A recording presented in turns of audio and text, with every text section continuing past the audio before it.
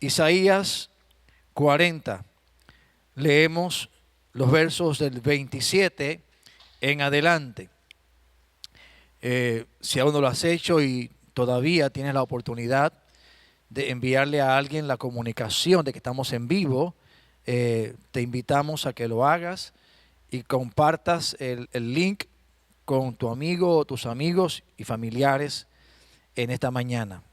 Así que un saludo caluroso desde aquí, de mis hermanos, de mi familia, de la iglesia, los ancianos, a todos y a todas nuestros saludos en esta mañana. Y la palabra del Señor en estos versos de Isaías 40, verso 27 en adelante, leen así en el nombre del Padre, del Hijo y del Espíritu Santo. ¿Por qué dices, oh Jacob, y hablas tú, Israel? Mi camino está escondido de Jehová, y de mí Dios pasó mi juicio.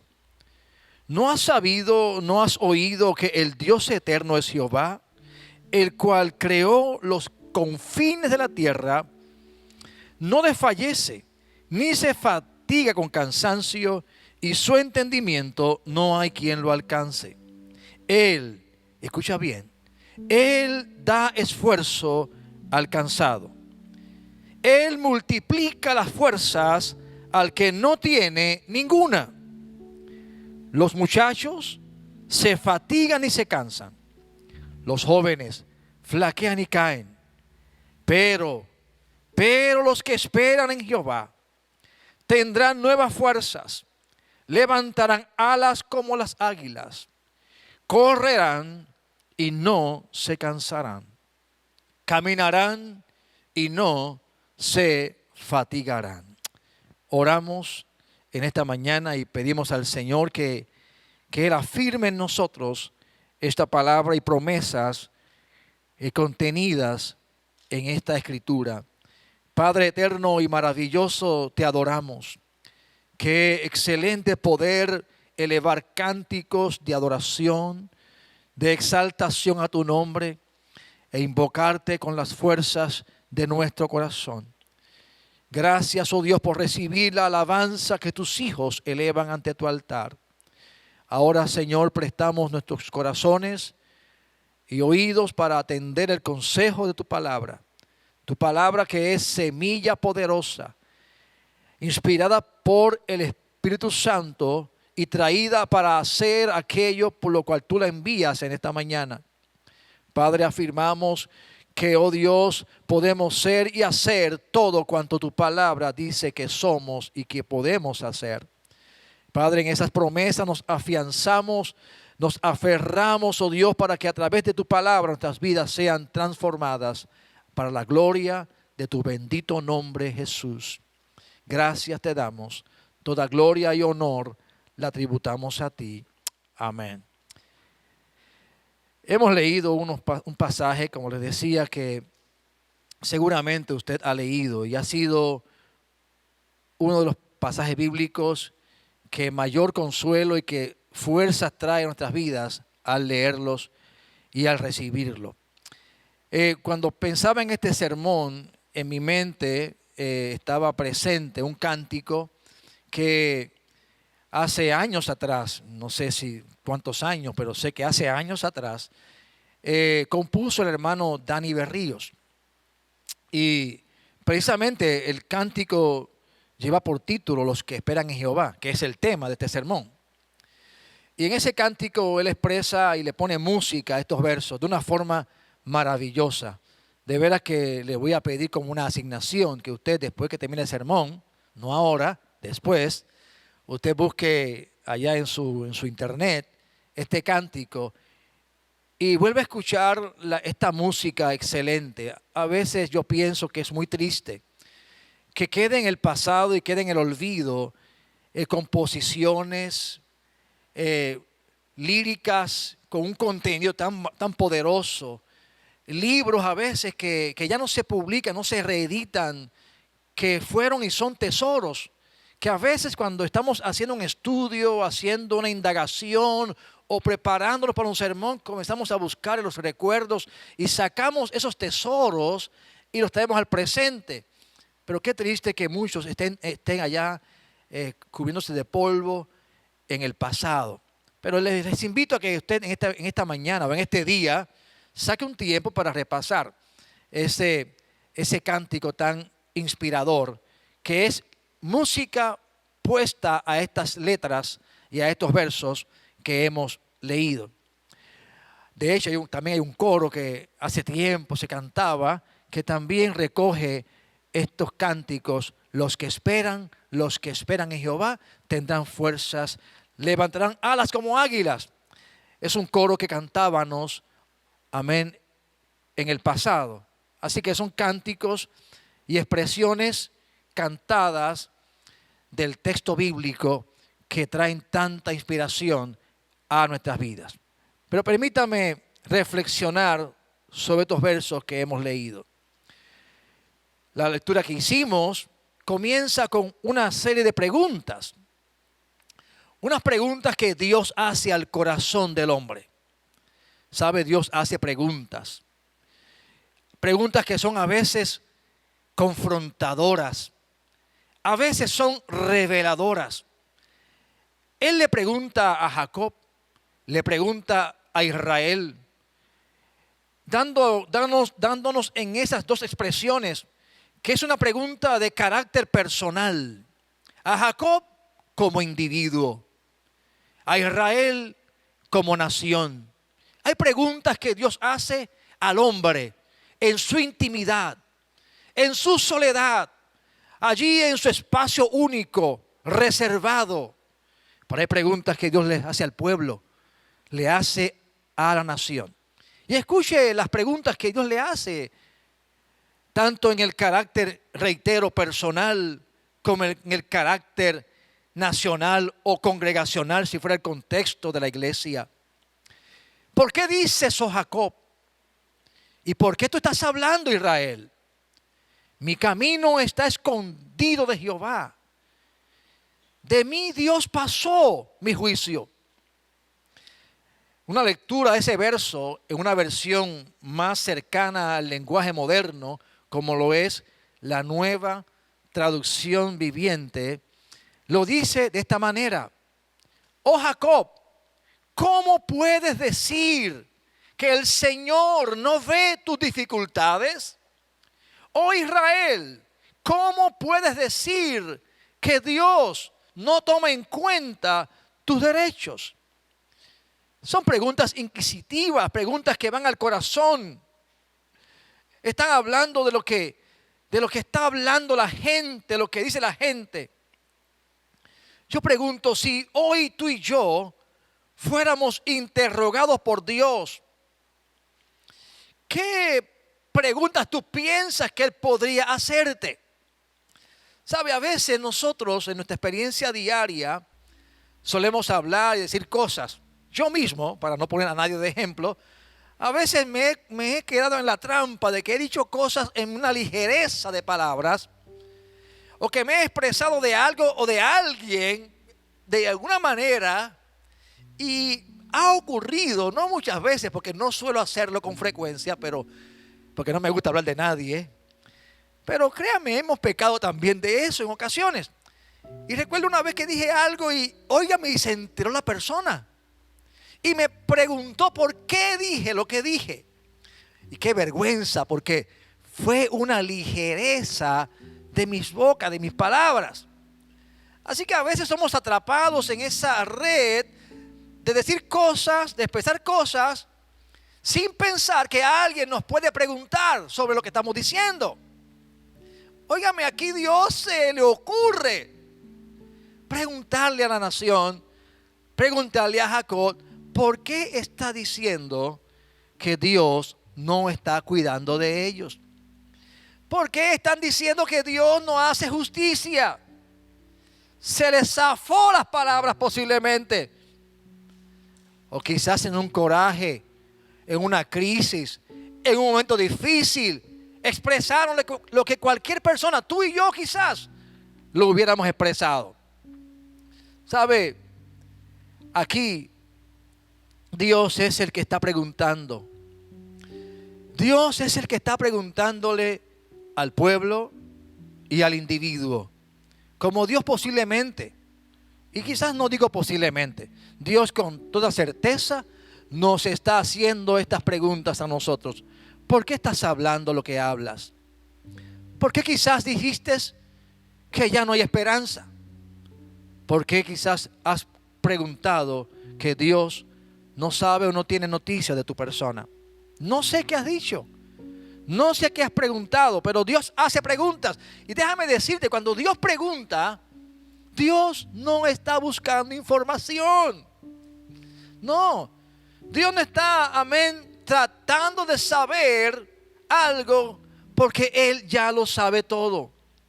Dios, cuando pregunta, no está buscando información. Entonces, si no busca información, ¿qué busca?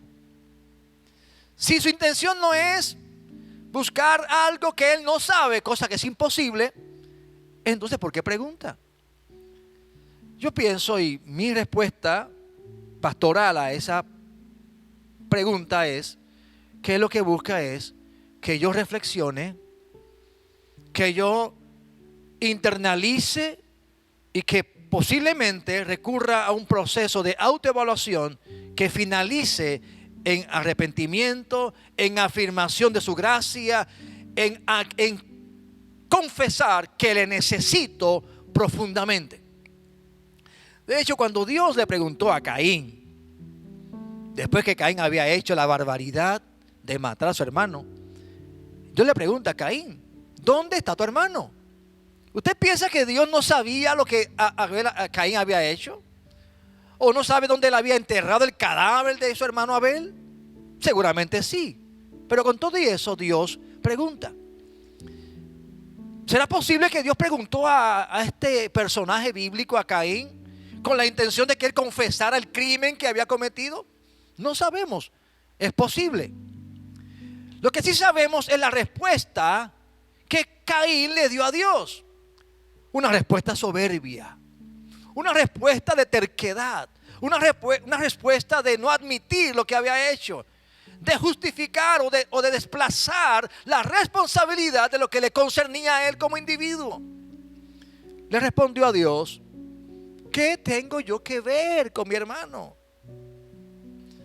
Una respuesta evasiva. Dios sabe, Dios conoce. Dios, cuando preguntó, Él no lo hizo, reitero, para buscar información. Porque bien expresa el Salmo 139, del verso 1 al 6, esta realidad, cuando David nos dice, inspirado por el Espíritu Santo, oh Jehová, tú me has examinado y conocido. Tú has conocido mi sentar y mi levantarme. Has entendido de lejos mis pensamientos. Has escudriñado mi andar y mi reposo, y todos mis caminos te son conocidos. Pues no está la palabra aún en mi lengua, y he aquí ya tú la sabes toda. Detrás y delante me rodeaste, y sobre mí pusiste tu mano. Y él concluye diciendo, tal conocimiento es demasiado maravilloso para mí, alto es, no lo puedo comprender. Realmente Dios conoce tu momento actual. Dios sabe lo que has dicho y lo que has pensado en medio de este proceso que estamos viviendo. Dios lo sabe y no podemos negar lo que hemos expresado. Al contrario, creo que hay una licencia en el pasaje bíblico para decirle a Dios, Dios, esto fue lo que dije, esto fue lo que expresé, así es que me siento, esto es lo que yo le confesé a alguien. Y admitir lo que ya hemos dicho, expresado o pensado. ¿Qué estamos diciendo? ¿Qué estamos expresando? ¿Que el Señor no ve mis dificultades? ¿Que el Señor no entiende mi corazón? ¿Que el Señor me ha dejado solo? ¿Que el Señor no hace justicia? ¿Cómo puedes decir esto? Es la otra pregunta que hace el Señor. ¿Cómo puedes decir que Él no tiene cuidado de ti. En el verso siguiente de este pasaje bíblico, después de haber hecho estas preguntas confrontadoras, hay otro grupo de preguntas que yo denomino preguntas clarificadoras. Preguntas donde el que habla y el que está cuestionando quiere aclarar algo. Ya no es saber lo que dices, porque ya Él lo sabe. Ya no es buscar, amén, o traer a la luz o sacar a flote tus sentimientos. Ya Él lo sabe. Ahora Él quiere aclarar algo. Él quiere poner en claro algo. Algo sobre Él, el que está hablando. Él pregunta, ¿qué sabes? ¿Qué conoces? Ahora quiere plantearnos otra realidad. Dice el 28, ¿no has sabido?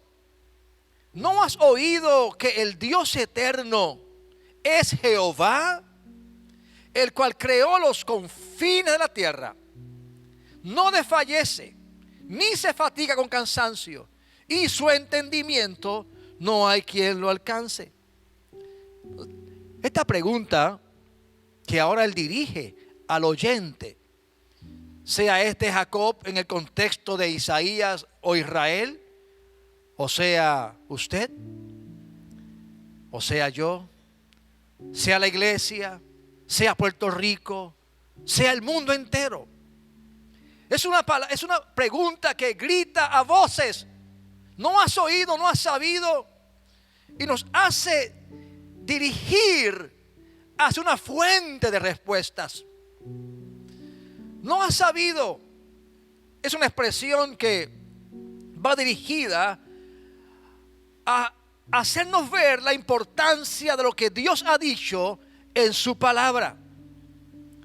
Por ejemplo, en 2 de Timoteo, capítulo 3, verso 14 al 15, Pablo, hablando a su hijo,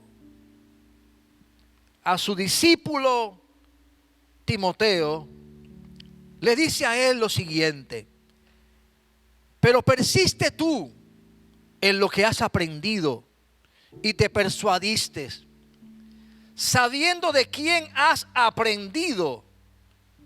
El 15 dice: y que desde la niñez has sabido. ¿Qué es lo que había sabido desde pequeño, Timoteo? Has sabido las escrituras, las sagradas escrituras, las cuales te pueden hacer sabio para salvación por la fe que es en Cristo Jesús. ¿Qué era lo que sabía Timoteo? ¿Qué era lo que sabía Israel? ¿Qué era lo que sabía Jacob? No ha sabido las sagradas escrituras. Ellos sabían lo que Dios había inspirado, lo que estaba escrito, las palabras que Dios le dio a Moisés en el monte Sinaí, las promesas que Dios le había hecho al pueblo. Este conocimiento estaba plasmado en las escrituras. Y cuando él le pregunta, ¿acaso has olvidado lo que está escrito? ¿No has sabido lo que está escrito? También le dice, ¿no has oído? Es que has perdido la capacidad de ir y recurrir a lo que está escrito. Y además se ha añadido también la gravedad de perder la capacidad de escuchar lo que Dios está diciendo. Porque ciertamente, amados, Dios plasmó su palabra en las escrituras. Y esto es importantísimo.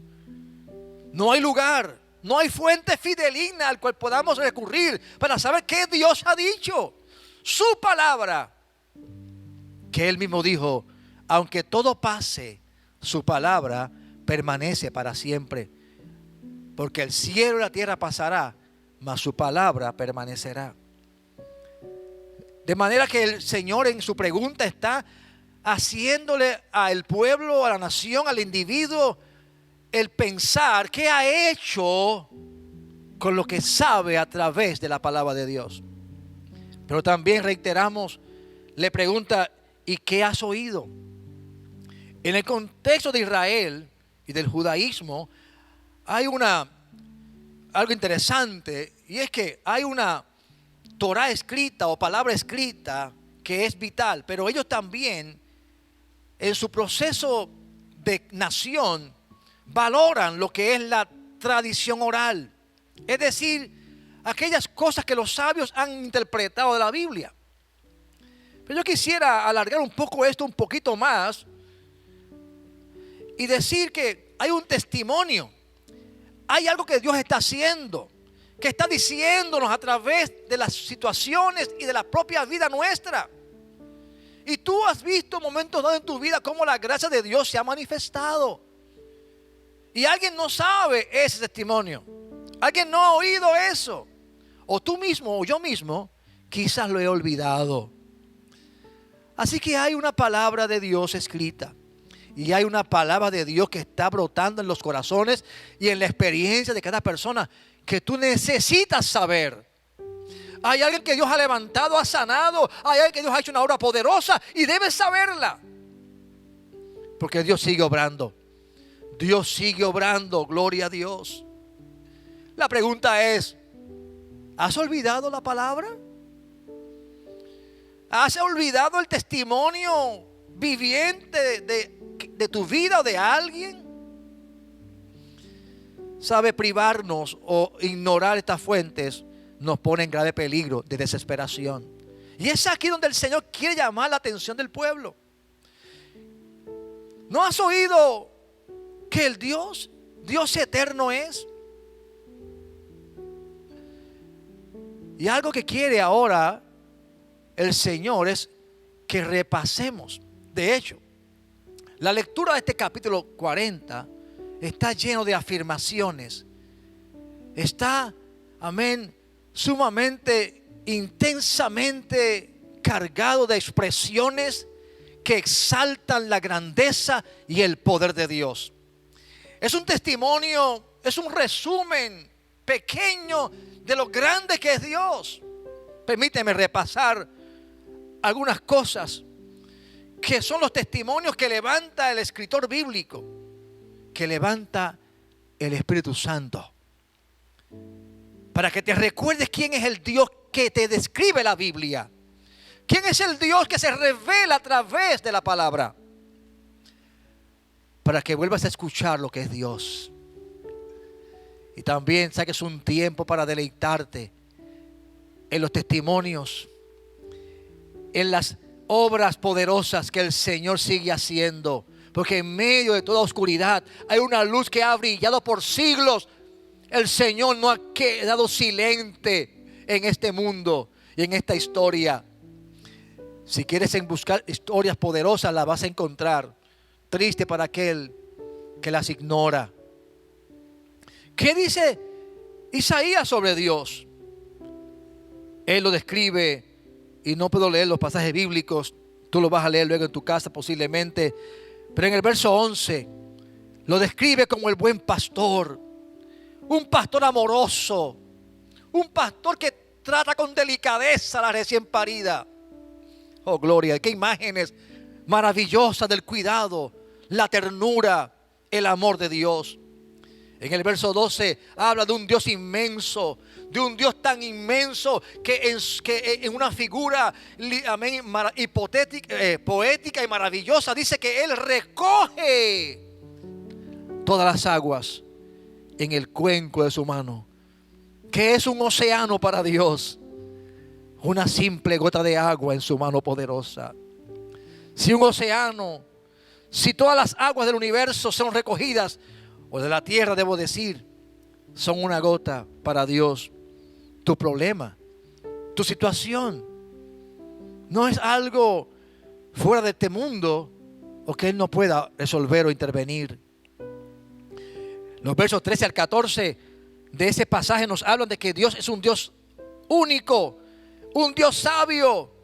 Pregunta al escritor bíblico, ¿quién le enseñó a Dios?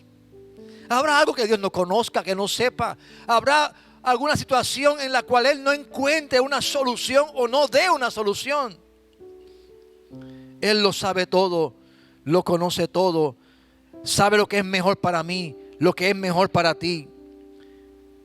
En el verso 18 al 20 nos dice que Él, el Dios poderoso, no puede ser reducido por un artífice o por un platero, haciendo de Él una figura inerte, una estatua.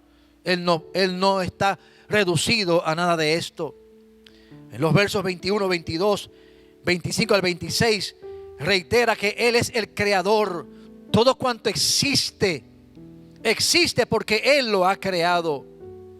Los versos 23 al 24 recalcan que Él es el único poderoso Dios, más poderoso que cualquier príncipe o poderoso de la tierra, más poderoso que cualquier gobierno de la tierra.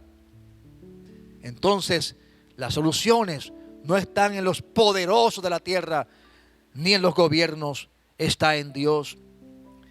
Y Él dice en estos versos que Él no desfallece, que Él no sufre de fatiga, que Él no es afectado por el cansancio, que a Él no se le acaban las ideas. Oh, gloria a Dios. No desfallece. No pienses que lo vas a cansar con tus peticiones y tus súplicas. No pienses que se va a agotar en recursos, porque ya te ha dado algo y ya se le acabó. Porque hay muchos y millones que están pidiendo al Señor, aunque hayan millones y billones de los que hoy existen, los que existieron, los que existirán, y con todo y eso no agotarán el recurso de Dios. Y dice luego en el 29, que ha sido parte de la lectura bíblica de esta mañana: Él da esfuerzo al cansado. Él multiplica las fuerzas al que no tiene. ¿Escuchaste bien? Él da esfuerzo. Estoy cansado, pues sí, estoy cansado. Él me dice: te doy fuerzas. Estoy agotado, mi mente está cargada con tantos pensamientos, no veo soluciones porque estoy pensando únicamente en el COVID-19. Él tiene espacio para ampliar tu entendimiento, darte fuerzas, y aún las que tienes, multiplicarlas. Y si no tuvieras, Él las da. Hay dos realidades contrastantes que van de los polos entre lo que percibo y lo que Dios hace.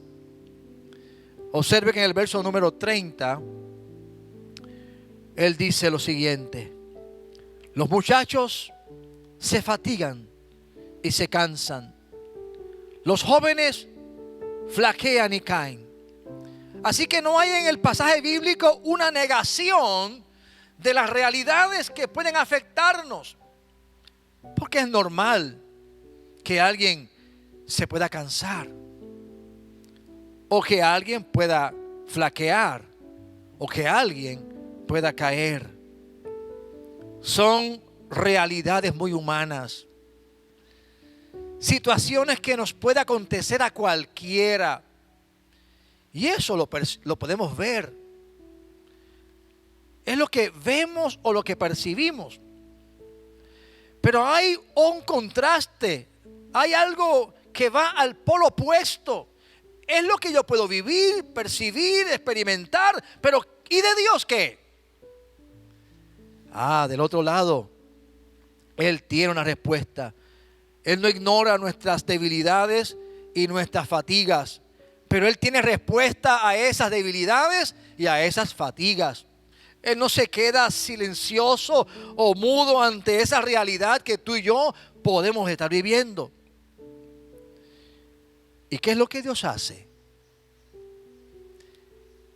Hace una poderosa promesa y hace un compromiso.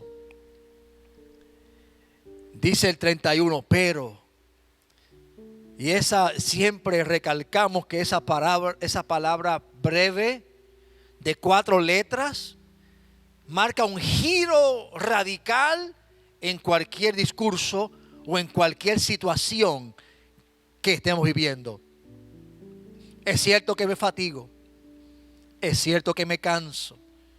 ¿Y quién no en medio de estas situaciones? Pero hay un pero en el camino. Hay un pero en esa situación. Pero los que esperan a Jehová tendrán nuevas fuerzas, levantarán alas como las águilas, correrán y no se cansarán, caminarán y no se fatigarán. La versión viviente inicia con esta frase: en cambio los que confían en el Señor, aunque estas sean las realidades que vivamos, las que me caractericen en este momento de mi vida, hay una promesa de Dios que no tiene que ser así, que podemos recibir descanso, que podemos recibir fortaleza, pero los que esperan. Y esa segunda frase, los que esperan, es también importante, porque en la Biblia hay promesas de Dios, hay compromisos divinos que Dios hace con el hombre, pero hay condiciones. Y es Dios quien pone las condiciones. Así que al poner una condición, es algo que no acontece en forma automática. La condición tiene que ser satisfecha. ¿Y qué es lo que pide Dios? ¿Será algo extremadamente imposible de hacer? La respuesta es no. Él te pide algo, bueno, que parece sencillo, porque hay unas cosas que vamos a hablar ya en breve para poder validar el asunto de esperar. Pero inicialmente es poco. Espera. Ahora, cuando miramos esto de esperar, permítame darle una lectura interesante de una definición del diccionario de lo que es ese verbo esperar.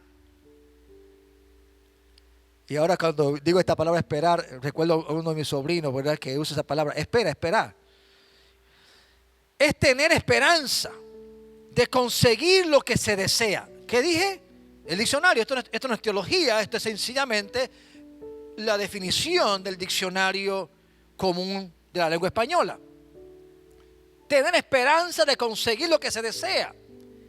Creer que ha de suceder algo, especialmente si es favorable.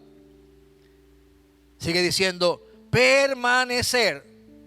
Observe que estoy subrayando unas frases.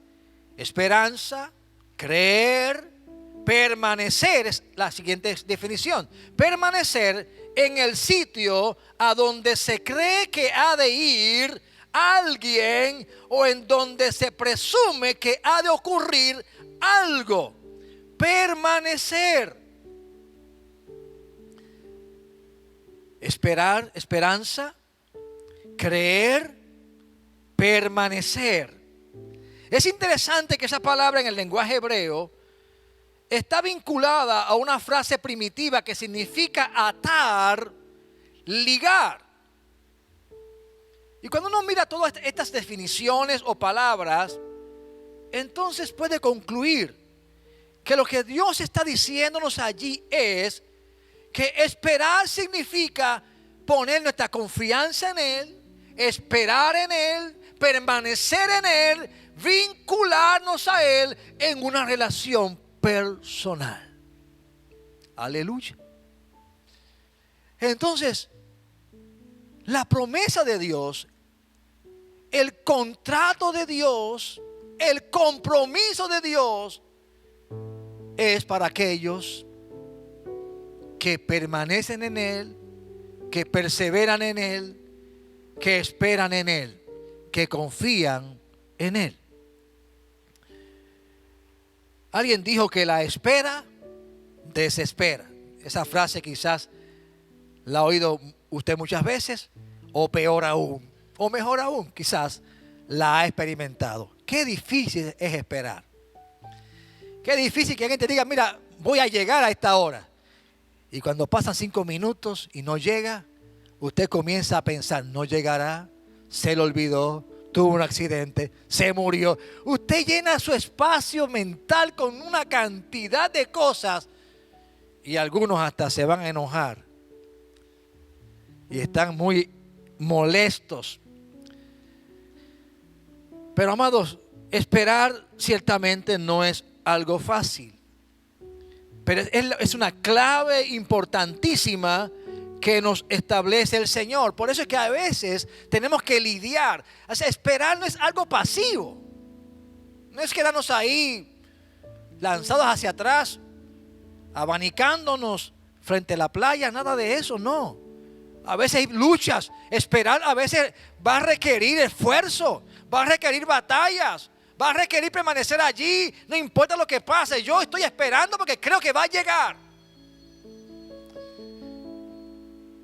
Así es que yo le pregunto, ¿verdad? A los que están los que son novios o novias en este momento, ¿verdad? Están enamorados y se citan para un momento. Bueno, yo creo que aquí todos llegan temprano, pero hay algunos que comienzan a manifestar ese proceso de llegar tarde. ¿Y usted cree que la novia se va a ir? No, va a quedar esperando. Porque necesita ver al amado o viceversa.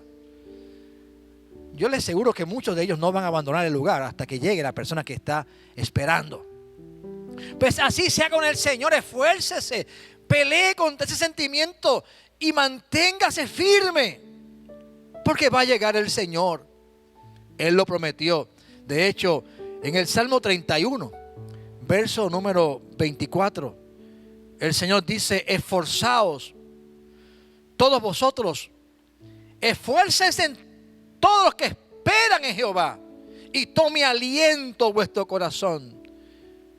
Dice el 41, pacientemente esperé a Jehová y se inclinó a mí y oyó mi clamor. Así que esperar puede desesperar, pero no puedes abandonar tu lugar, tu compromiso y tu relación con Dios. Espera. Él te dijo, espera. Tus fuerzas van a llegar, espera. Confía en Él. La espera y la confianza está fundamentada en su palabra, en lo que Él ha dicho. Esta palabra, ya hemos hablado, son dignas de creer, son fieles y verdaderas, no son promesas vanas. Algunos versos bíblicos que recalcan esta verdad son los siguientes. Salmo 119, 147. Me anticipé al alba, clamé, esperé en tu palabra. Salmo 130, verso 5. Esperé yo a Jehová, esperó mi alma, en su palabra he esperado. Salmo 18, 30 dice, en cuanto a Dios, perfecto es su camino y acrisolada la palabra de Jehová. Escudo es a todos los que en él esperan. Y esa palabra acrisolada lo que está diciendo es que ha sido probada, ha sido pasada por el fuego y ha demostrado ser digna de creer porque es su palabra.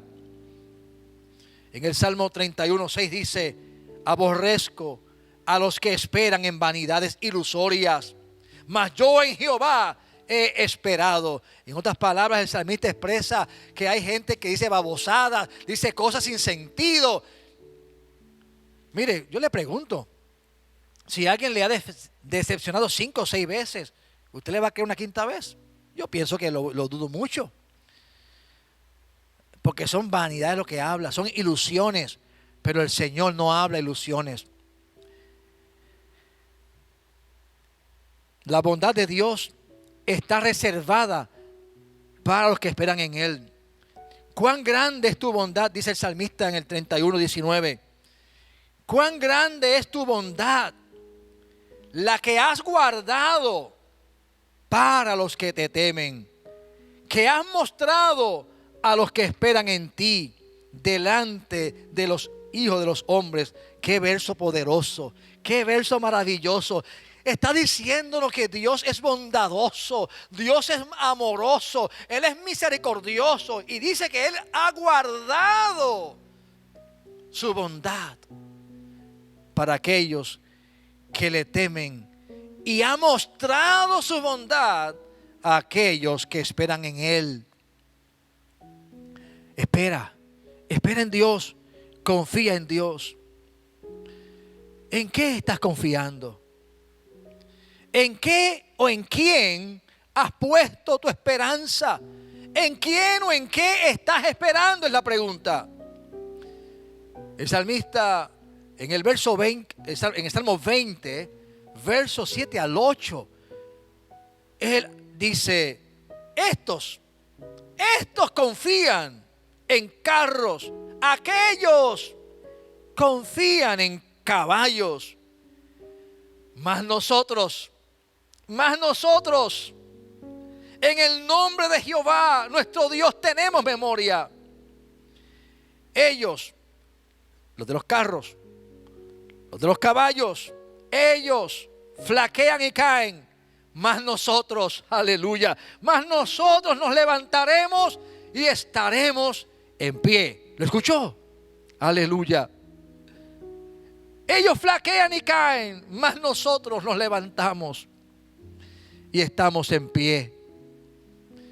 ¿En qué y en qué o en quién estamos esperando en estos días? ¿Estamos esperando la lectura de la próxima ordenanza del gobierno? ¿Estamos esperando, amén, en el depósito de los 1,200? Que no está mal. Y gloria a Dios, y Dios bendiga, y Dios permita que todos lo reciban. Pero ¿saben qué? Hagan buen uso de él, de eso. ¿En qué estamos esperando? Hay cosas buenas que estamos esperando, pero hay algo sobrenatural, hay algo sobresaliente, trascendental en lo cual tenemos que esperar por encima de todas estas cosas, y es en Dios. Es en Él. Cierran estos versos bíblicos que hemos leído, afirmando las promesas, el compromiso que hace Dios, el pacto que Dios establece con nosotros. Aleluya. No nos está hablando cualquier persona, ni un ser humano, ni un gobernante, ni un poderoso. No, nos está hablando Dios, el que te creó, el que me creó. Él está haciendo una promesa. Está haciendo un compromiso condicionado a que esperemos en Él y confiemos en Él. Porque Él dice que si mantenemos nuestra confianza y esperamos en Él, Él dice estas palabras: tendrán nuevas fuerzas. Tendrán nuevas fuerzas. Es una verdad que ha reiterado varias veces en esta escritura. Tendrán nuevas fuerzas. Habrá nuevo aliento, vendrá un nuevo aliento, un respiro nuevo a la vida nuestra. No quedaremos postrados, no quedaremos abandonados. Y si aún ocurriera lo peor que pudiera ocurrir, y estoy con el Señor y con Él me voy, es ganancia. Porque has garantizado tu eternidad con Él. Claro, no estoy hablando en este momento calamidades, pero no ignoramos el hecho de que nuestra humanidad y fragilidad pueda acontecer cualquier cosa. Pero si esto que me acontece sella mi compromiso de vida eterna con Cristo, pues gloria a Dios. Porque ¿qué ganamos con el mundo entero si perdemos el alma? Tendré nuevas fuerzas. Fuerzas para vivir el presente. Fuerzas para vivir el día de mañana. Y fuerzas para vivir siempre con el Señor. Levantarán alas como las águilas. Es decir, Él nos promete elevarnos a nuevas alturas. Esa renovación de la vida nuestra. El poder salir posiblemente de un enclaustramiento, de un encierro, de una jaula que ha aprisionado mi mente y mi corazón. Cuántos temores han sobrevenido en nuestras vidas y se han convertido en una prisión de barrotes muy fuertes. Él te dice: no, confía, espera en mí, oh gloria al Señor, espera en mí, confía. Tienes alas de águilas, despliégalas en el nombre de Jesús. No te dejes caer por ningún virus. Levantémonos en el nombre de Cristo. Levantémonos en su nombre. Es posible que esta crisis nos eleve a emprender nuevas cosas. Si algo que he escuchado en este proceso de crisis es que la gente se ha reinventado. Es la palabra que es una normativa en el discurso de todo el mundo. Se reinventa el que vende comida, se reinventa el que vende verduras, se reinventa, la iglesia se reinventa. Gloria a Dios. Y uno lee cantidades de escritos, de recomendaciones y de testimonios de lo que han hecho. Y lo poderoso que ha sido ese reinventarse. Y ahora viene a mi memoria esta noticia que me tocó el corazón, de este maestro que salió, amén, a ver a sus estudiantes. Se le ocurrió hacer esto. Él no se imaginaba las repercusiones que esto iba a tener en sus alumnos y en las familias. Cuando días atrás, en una caravana impresionante, y yo veía a este hombre de Dios, porque si algo observé en él es que es una persona con un compromiso con Cristo, que no se avergüenza de testificar de Cristo aún en los medios noticiosos. Y él daba gracias a Dios. Y habían familias y niños que en una caravana fueron a agradecerle a él el gesto de este reinvento que él hizo. Las crisis pueden provocar en los pueblos un levantamiento poderoso, y ese derecho le corresponde con mayor capacidad a la iglesia de Cristo, porque tiene en Cristo el recurso inagotable.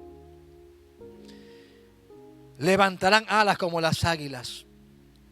Esa capacidad de extendernos más allá y por encima de las circunstancias presentes y limitantes. Correrán y no se cansarán. ¿Sabe? Los que corren, y yo lamentablemente no puedo sumarme a ese grupo maravilloso de personas que lo hacen. Los que corren saben que se requiere de un gran esfuerzo. De hecho, la expresión hebrea que se utiliza en el verso allí es apresurarse. Así que esa expresión que yo leo en este pasaje, correrán y no se cansarán, lo puedo atribuir, entre otras cosas, a ese esfuerzo o gran esfuerzo que se requiere para alguien que corre. Y lo puedo tipificar o usar como ejemplo de grandes retos, de un gran peso, de decisiones que tienen una gran envergadura, que tienen un potencial de cansarnos. Y cansarnos en este sentido lo puedo ver como el potencial de caer, de fracasar, de limitarnos, de detenernos, que son expresiones que muy bien pueden ser alusivas a eso de cansarse. Pueden significar también detenerse, significar también desistir. Por lo que el Señor dice, no se cansarán. Entonces no hay que desistir, no hay que detenerse. Parece una paradoja, pero es lo cierto. Ante esos grandes retos que requieren grandes esfuerzos, entonces el Señor estará a nuestro lado. Para no importa el reto que tengamos que vencer, Él dice, lo vas a vencer. Lo venceremos en el nombre del Señor.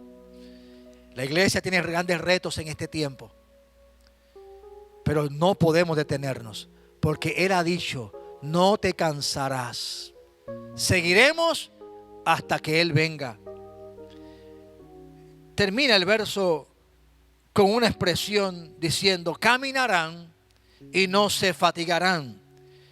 Entonces, cuando yo leo este pasaje, esta expresión, y la comparo con la anterior, pues en la anterior yo estoy viendo grandes retos, decisiones sumamente poderosas o complicadas. Y en esta expresión estoy viendo lo que sería ese caminar diario. Porque caminar resulta ser una acción más pasiva, más reflexiva, que yo la asocio a lo que es lo cotidiano, a lo que hago, a lo que realizo todos los días, a esa rutina a la cual nos hemos visto, dirigidos todos los días a causa del distanciamiento social y de que se nos pide que estemos en las casas. Esa rutina diaria que a algunos ya le está cansando, que a algunos le está agobiando. Gloria a Dios, amén. Hay un amén por ahí. Así es.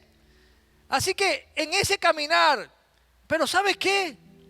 Él dice que aún en esa experiencia cotidiana que te resulta cansona, rutinaria, agobiante, Él te dice, no te vas a fatigar. Y cuando yo decía, miraba esa expresión, no te vas a fatigar, decía, pues entonces significa que en el proceso de mi vida cotidiana habrán espacios, habrán momentos de refrigerio. Lo que pasa muchas veces es que estamos tan ofuscados que se nos pasan por alto esos momentos refrescantes, que si los observáramos seríamos reconfortados. Porque permíteme decirte que aún en esos momentos hay espacios. Y yo cuando pensaba en esto, pensaba en unas palabras que mi esposa me dijo en estos días, porque nos ha tocado cuidar al nieto. Y el nieto es intenso, pero maravillosamente hermoso y poderoso. Y a veces ella me dice, negro, ¿verdad que te alegra ver a Braden? ¿Verdad que él produce alegría? Y yo me quedé pensando, es cierto. Es un refrigerio, es un remanso. Cuidarlo se ha convertido entonces en un espacio de paz. Digo, de paz en términos de la paz y del gozo que produce. Porque créanme que él hace tremendo reguero. Él tiene muñecos, animales que él pone en cada lugar, y pone animales en la sala, y animales en el comedor, animales en el espacio que están trabajando la pastora, están trabajando los muchachos, y ahí él le pone sus animalitos, él los cuenta. Óigame, y esas gloriosas interrupciones son deliciosas. Y así como esto, otras cosas que pueden pasar en el día, que en medio de la suma total de esas experiencias agobiantes vas a encontrar que hay unos puntos muy importantes allí que debes observar y que debes dar gracias a Dios. Porque quizás llegó la calabaza que alguien te regaló, llegó 3 plátanos que te regalaron, llegó a tu casa, alguien hizo algo, alguien te llamó, fue un espacio, fue un punto que no es insignificante. Dale gracias a Dios, glorifica a Dios. Estás caminando tu vida cotidiana, pero en medio de esa vida cotidiana hay espacios de gracia de Dios que Él manifiesta a su favor. Quizás tu vida no son muchos, pero los hay. Dale gracias a Dios, glorifica su nombre y agradece al Señor que tuvo misericordia ese día para ti. Concluyo diciendo y leyéndoles un pasaje del Salmo 147, el verso 1. ¿Qué es lo que complace a Dios? ¿Puedes imaginarte saber qué es lo que complace a Dios? ¿Sabe? Allí dice que Dios se complace Jehová en los que le temen y en los que esperan en su misericordia.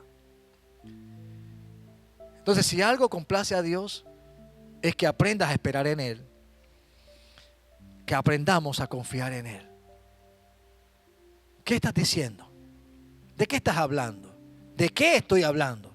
¿De qué me estoy quejando? Él me invita, y créame que me está hablando a mí en esta mañana. Él nos invita a confiar en Él, a esperar en Él, porque hay nuevas fuerzas. Tus alas se desplegarán como águilas. Correrás, caminarás y no te cansarás. No te detendrás. No desistirás. Espera en Dios. Espera en Él y Él va a hacer. Porque tú eres su hijo y su hija. Y Él, a ninguno que ha confiado en Él, ninguno ha quedado decepcionado, ha quedado abandonado, ha quedado desprovisto. No. Ahí ora conmigo en esta mañana. Y quizás sea una oración muy importante el que reafirmemos nuestra confianza en Él. A que podamos decir por encima de toda cosa o situación: creo en ti, oh Dios. Creo en ti y en ti espero. Cuando Martín Lutero estaba siendo enfrentado a la dieta de Worm, donde a él se le estaba exigiendo que se retractara de todas las cosas que él había dicho y escrito, la historia dice que él tuvo una noche tormentosa, una noche horrible, porque sabía que se iba a enfrentar a un juicio y ante los dignatarios religiosos y políticos de esa época. Y él comenzó a verse asediado. ¿Y sabe qué le mantuvo en pie? Que él creía en Dios. Él confesaba: yo creo en ti, oh Dios.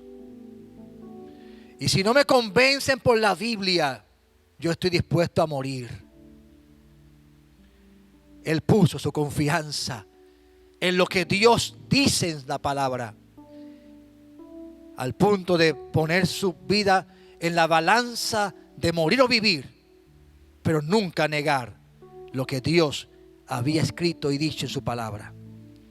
Creamos su palabra, confiemos en Él. Padre, en el nombre de Jesús, Señor, mira, hemos sido, Padre Santo, sacudidos.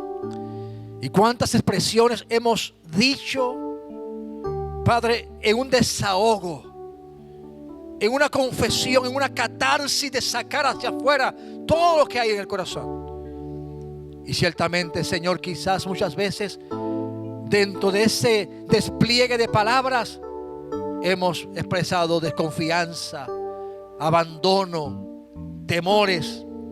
Oh Dios, pero tu palabra hoy nos dice: no has oído, no has leído, no has escuchado. Y hoy, Señor, tu palabra ha venido para hacernos oír, escuchar y saber lo que tú eres. Creo en ti, oh Dios Todopoderoso.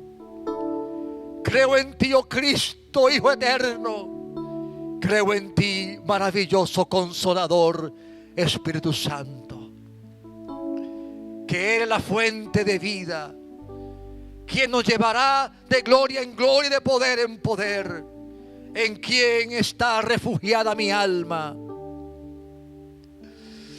Y aunque haga oscuridad o haya luz, provisión o escasez, nuestra confianza está en ti y en ti esperamos, porque un día los cielos se abrirán, aleluya, y tu iglesia, Señor, será tomada de la tierra Y ya no habrá llanto, ya no habrá dolor.